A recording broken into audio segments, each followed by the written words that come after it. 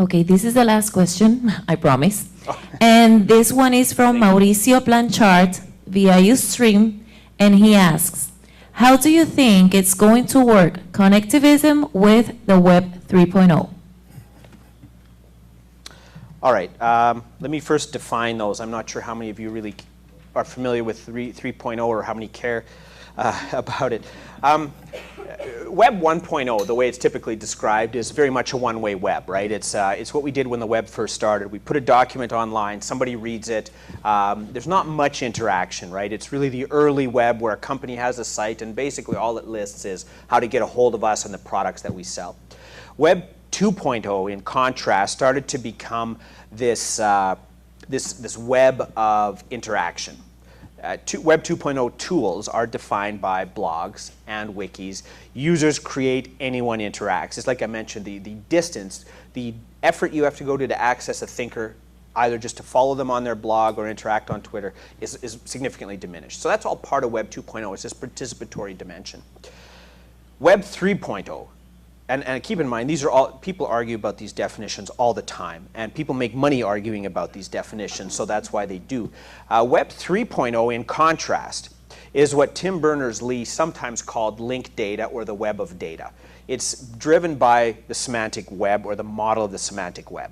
Now, what the semantic web essentially is, if you reduce it down, is it's the fact that words have different meanings in different contexts. So the semantic web is an attempt to eliminate the ambiguity from the web so that the web is machine readable. So just like I know, that there's different meanings for flour, stuff you put into food or stuff that you have in your living room, or Paris. I mean, there's different views of what Paris is, whether it's a plaster or whether, to use Stephen's example. So these are illustrations that the web, the semantic web, would eliminate that ambiguity, and it would do it. And if you look at Berners-Lee's initial paper for the web, it spells it out pretty clearly. Right now, the web, basically, it points to things, right? This is a node, that's a connection, so each URL points to something.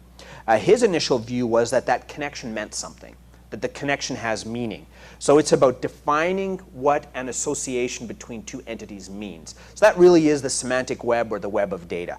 If you're interested in hearing more about it or reading more about it, I'll even do a quick search for you here. Web of Data, TED Talk.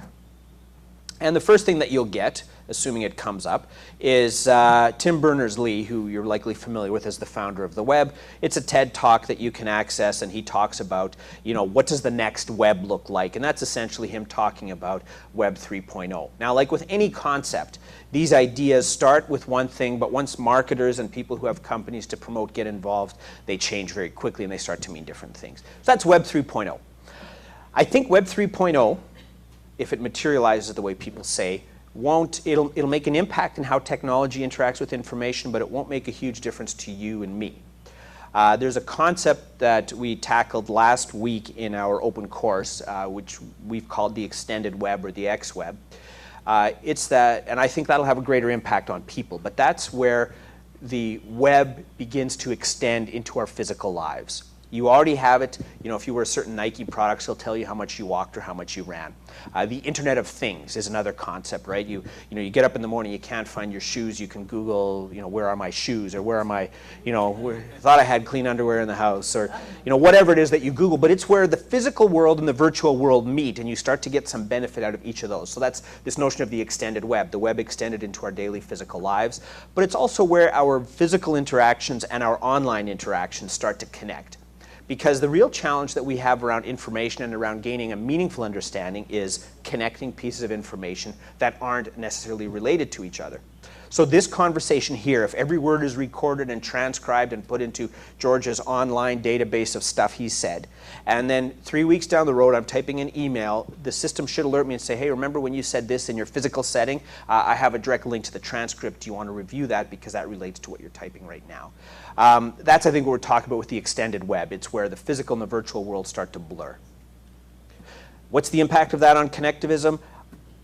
I think it's supportive of it as a whole. I think it's basically saying more of what we've been saying for the last 6 years, which is that learning is about connectedness, and we can better understand learning by better understanding connections, how they form and what they mean when they form.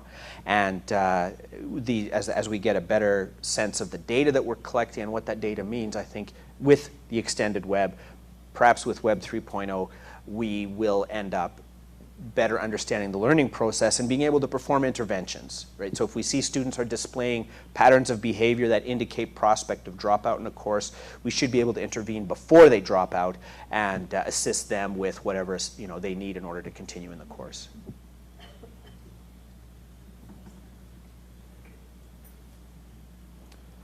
That's it? We're done? Okay, good. Thank you. Muy interesante. Feel that too. Mil gracias.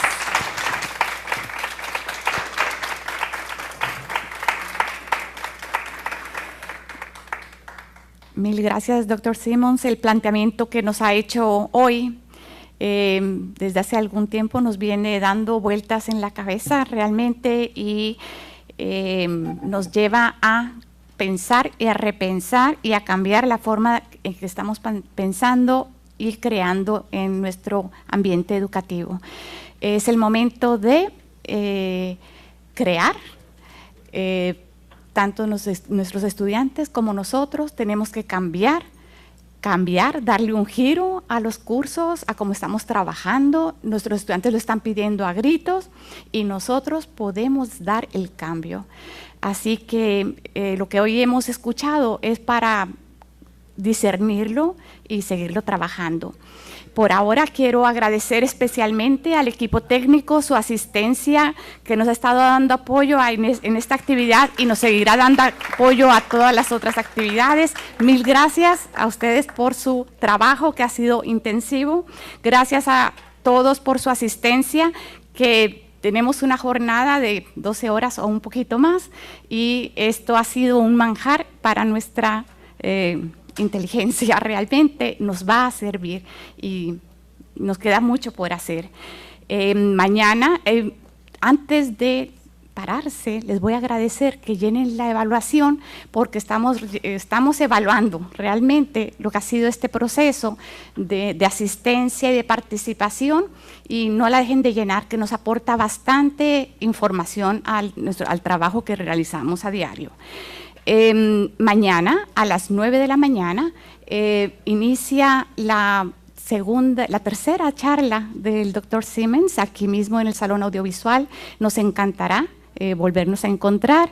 Vamos a tener una experiencia también única y el registro de la actividad de mañana inicia a las 8. Así que a madrugar y que descansen. Muy buenas noches a todos. Gracias por venir.